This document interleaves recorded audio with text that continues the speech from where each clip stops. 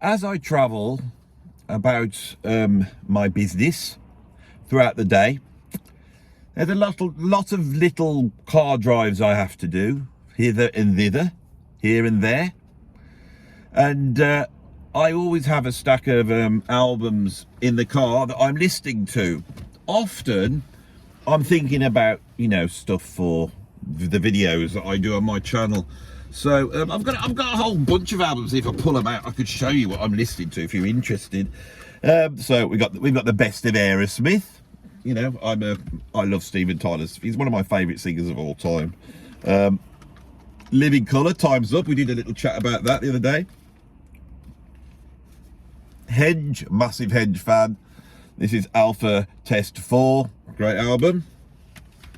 You're going to have some John McLaughlin, so I'll be listening to a bit of the old Tokyo Live. So that's a good one. Now this is an incredible album, and I've not ever mentioned this band. I love this band, and I've never mentioned them on the channel. Osric Tentacles, amazing. I'm very interested in psychedelia at the moment. I've got Cannonball Adderley, Money in the Pocket. That's a great album. Of course, you got to have Holst the Planets, greatest classical piece of music.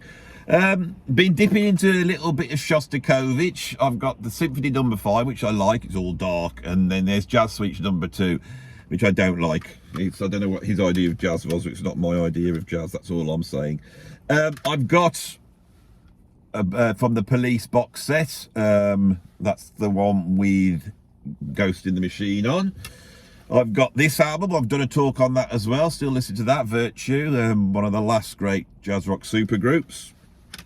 Now this is annoying. I've got Vivaldi's Four Seasons, which I love, and if you can see, the bloody CD cracked. It cracked as I don't know why. It just cracked in my hand, and then I threw it out the window in anger. Then I realised it cracked on the edge, and I probably still had the Four Seasons playable. And then, last but not least, I got a bit of the old Bach. Yeah, I like Bach. But we're not here to talk about that. We're actually here to talk about a new album, which at the moment is my current favourite album of the year. This is, to me, the best new album that I've heard. Now, I'm not one of these types that listens to everything, and unlike other YouTubers we could name, the companies don't seem interested in sending me any albums to review for free, or any big box sets. I would love to be reviewing a few big box sets if I get them for free. I love free stuff. Everyone knows I love free stuff. So what they send, and I bet there's people who watch it that are in distribution companies, and they go, they send them to people that are bloody half the size of my channel. But what album that has been sent to me is this, and I've had it on in the car. I absolutely love it. It's not just, I quite like that, and it's quite a pleasant listen, and you never listen to it again. I've been going back to it and listening to it again, which is something that rarely happens with modern music. It is the new album by Soft Machine, which is called 13. This is fantastic. Now, last year, or the year before, what year was it? I'll have a look actually. 2023, this is what happens, does it? Time flies by. So yeah, 3 years ago, they released this one, and I reviewed it on my channel, and I thought it was a great album. Soft Machine, Others Doors. So Soft Machine are a legendary progressive rock band, and not only are they a legendary progressive rock band, they could well be the first progressive rock band of all time. And the roots of Soft Machine go back to a very early period in pop music history, which is really the first rumblings of what we would call progressive.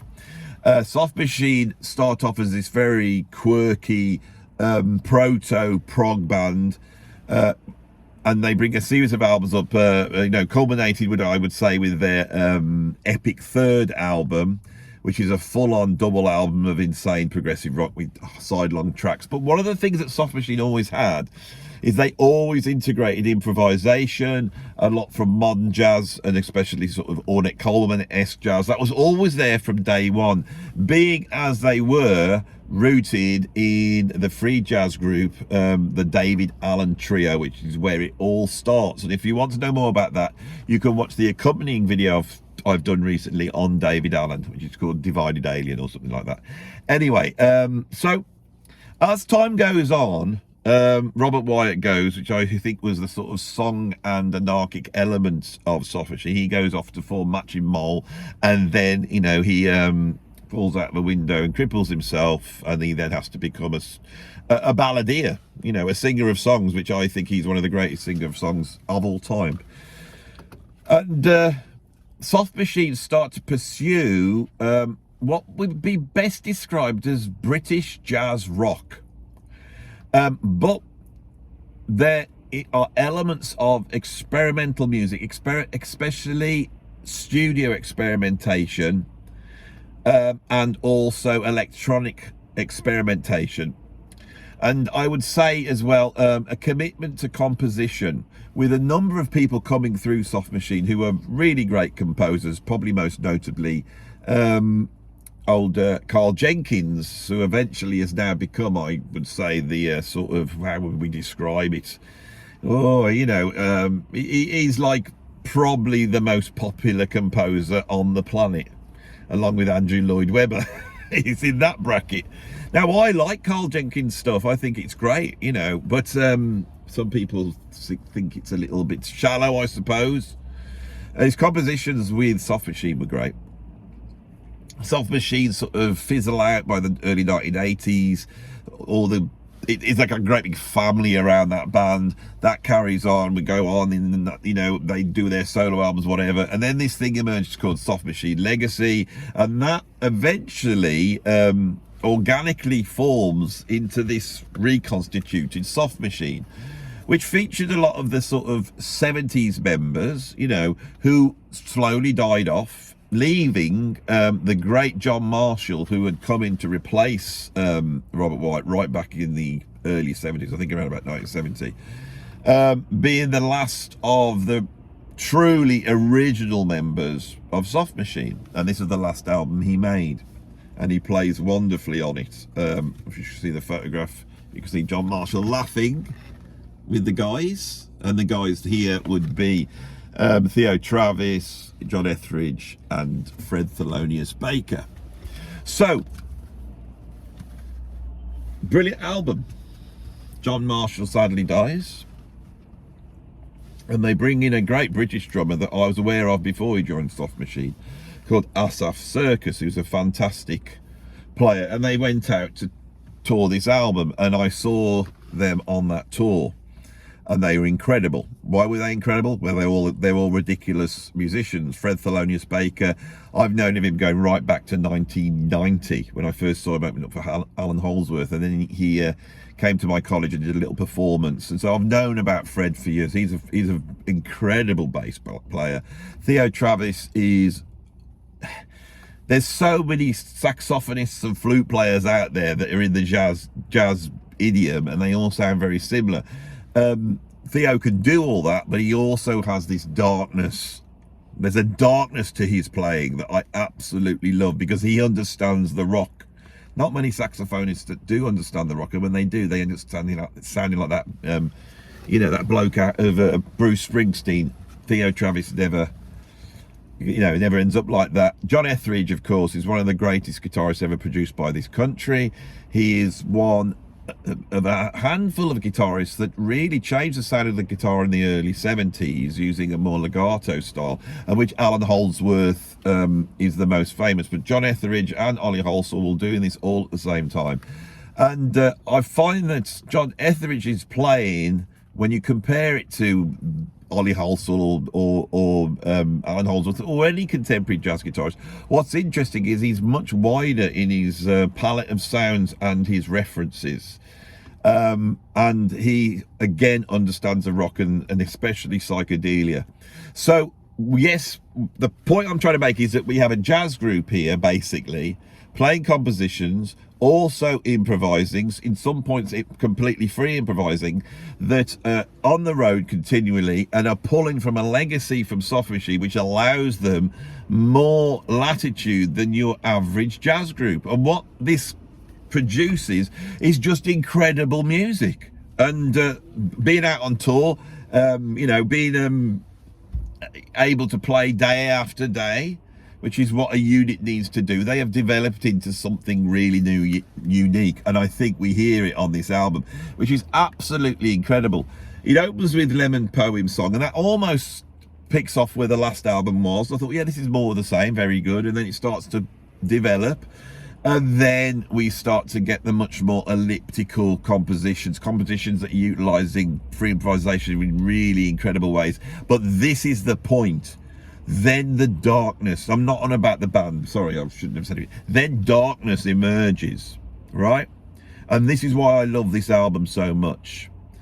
I love darkness in music. I love John McLaughlin because for a brief period between about 1969 and probably 1978, he was a purveyor of darkness, heaviness that is heavier than heavy metal, right? King Crimson, when they had Bruford in the band, that era, and they go back to every now and then, but there was a darkness to King Crimson at that point. Miles Davis in his electric period, especially the early 70s electric period, there's a darkness there. Bartok has a darkness to him, an incredible darkness to him, as does Lutoslawski, you know, Xenakis, all those modern composers, you know, Varese. Frank Zappa can portray darkness, although he does it very rarely. But I'm thinking of something like The Torture Never Stops. It's incredibly dark in its sound, not just its subject matter. Now, what I love about this, and what is lacking from a lot of contemporary jazz and contemporary prog, is this heaviness and darkness. I'm not on about distorted guitars. I'm on about going towards something which is just dark, and they do it over and over again. On this album, there are... How can I put it into words? If you like the music that I like, if you've come to this channel because you like this stuff, right? You may have thought a similar thing to me, which is my continual problem with Soft Machine. Because if you go back at the beginning of this channel, you'll see I'm quite negative to Soft Machine. I was never a fan of Third and those early albums. I was a fan of the later jazz rock albums. But to me, they started off being a sort of English parody of maybe the Mothers of Invention. And then slowly morph into a British jazz rock band. By the time we get to the album Land of Cocaine, which I have recently celebrated on a video where we've got Alan Holdsworth's guitar into the studio, if you want to check that out, they are quite a conservative, middle-of-the-road jazz rock group, you know, and some of that stuff almost sounds like music, although I love it. So there's this progression through, and in the middle of the 70s, around about Bundles or Six, around about there, they are playing jazz rock, but they subfuse it with this dark sound, and I've always known it's there. Now, there is elements in the original Soft Machine compositions that are very Mahavishnu orchestra, like almost like we would say, you know, very close to being like certain John McLaughlin compositions. And I think there is, they also did take from the Mothers of Invention. But to be fair to them, and what I've realised now is that there obviously is an Englishness in there, which when put into this sort of compositional approach lays the groundwork for progressive rock in a way that Zappa never did, and in a way that John McLaughlin never did. And so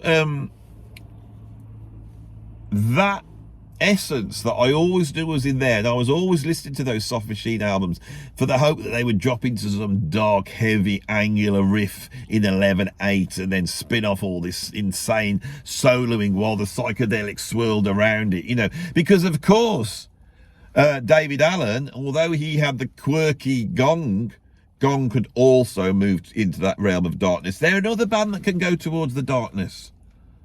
All my favourite music, to really be in my top league of music, you have to be able to go towards the darkness. Coltrane can go towards the darkness. It's the darkness that's in the soul. That's here. And it emerges when musicians are honest enough to open themselves up to the universe, which is full of beauty and light, but is also full of darkness. and the unification of beauty and darkness together is of course a sublime, and I love it when I hear it. And a lot of music doesn't have it, because a lot of music seems to be about ego.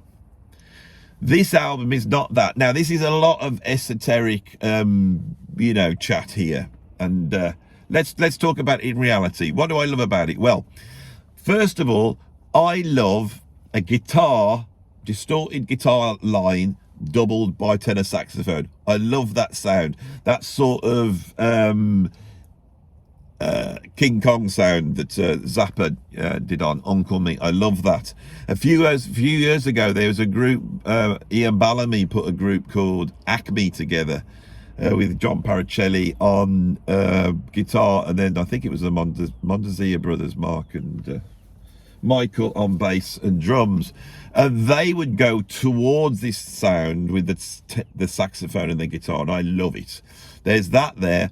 Asaf Circus has obviously embedded him into this sound so deeply that when the first track comes on, within 2 minutes he's doing a drum solo.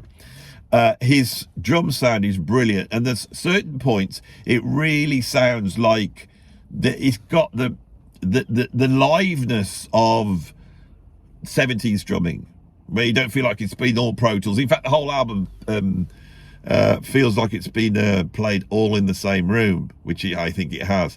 Theo Travis rang me up yesterday, and I said I'm going to do a really good review, and we were chatting about it, and he said, well, you'd mentioned this on the last review about all playing in the room at the same time. So one of the tracks on here, which one would it be? I think it's Turmoil. Yeah, Turmoil was pretty much improvised in the room, and this is, I think, that ability to have strong compositions, complete free improvisation, and then compositions that utilize both, right? This is what is exciting, because it goes beyond the musicians.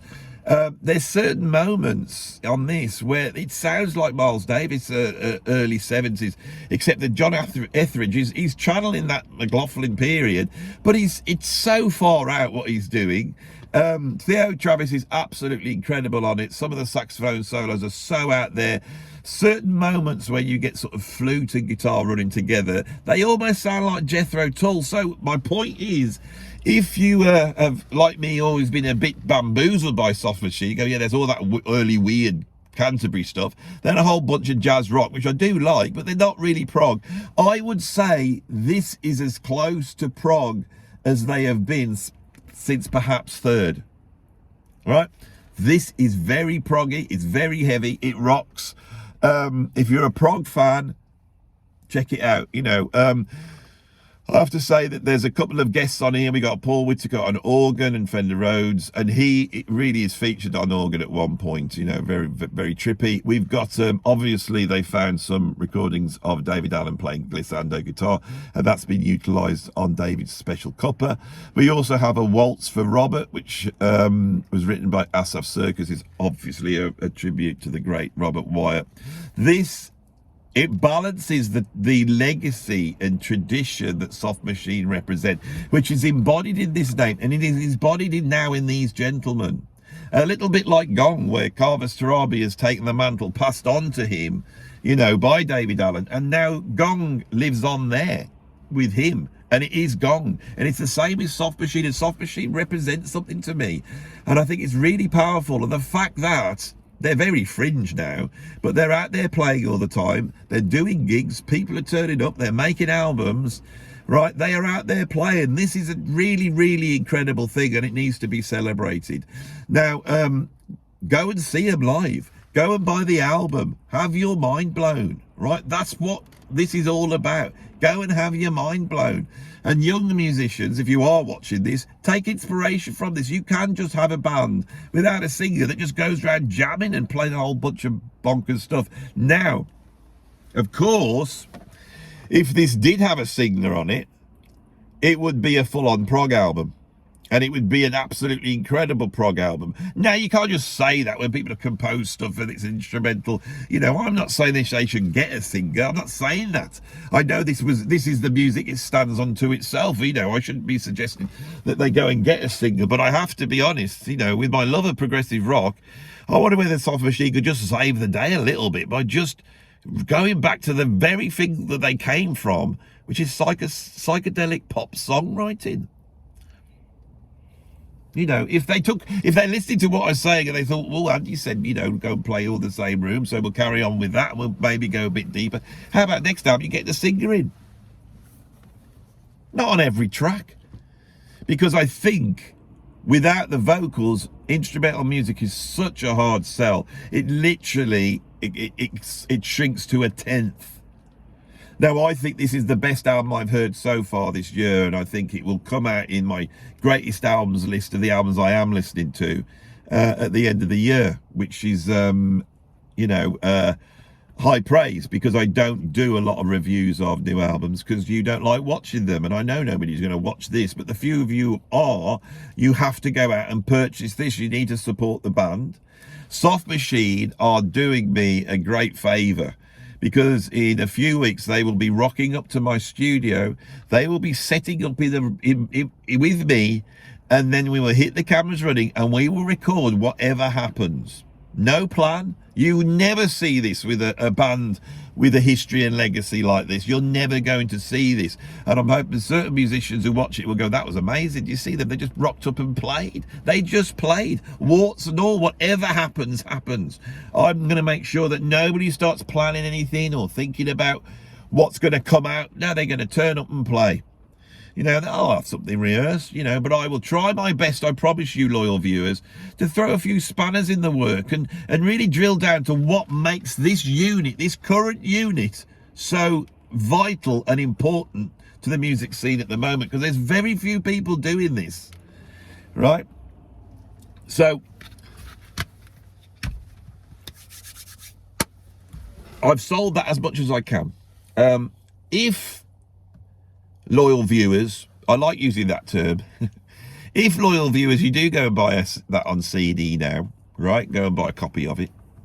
And they actually notice, they go, oh my God, that really worked. So then they start telling other people. Then other artists might go, oh, come on Andy's channel, because it actually did reach. Because you've got to understand, there's a difference between me and, say, a Rick Beato, right? There's even a difference between me and Sea of Tranquility and all those guys. The difference between me is I've got a recording studio, I'm a player, I play myself, there's tons of music going on here, but most importantly, you have to remember this. Although I have an audience out there that are interested in more mainstream rock and pop music, the esoteric heart of this channel is all the weird stuff. You know, I can look round like somebody was like, might be spying on us. Ooh, that's the secret. Is that the secret? Yeah, that's the secret. He's doing weird stuff. What sort of stuff? Don't know. He's been listening to Gong and Bavish Orchestra and Frank Zappa and John Coltrane. And he mentioned Bartok and people like that. Yeah, what about all the other weird stuff like Joy Division and all that? No, he never mentions that stuff. No, we're not interested in that anymore, are we? Right, so, I'm being facetious, but I'm championing a certain thing. And it hasn't got a title. Yeah, I need to come up with a title that brings together all the music I love, all under one thing, the sort of things I love that make me excited. Well, Soft Machine are in that bracket. I love this album. I'm going to keep listening to it. You can also go and check out that as well, the last album. There we are. There's a pretty picture for you.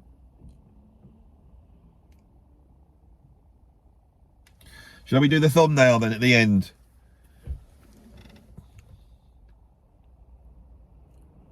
Nah, that's not. It needs to be there, doesn't it? I need to put it there, and then I'm going to do that.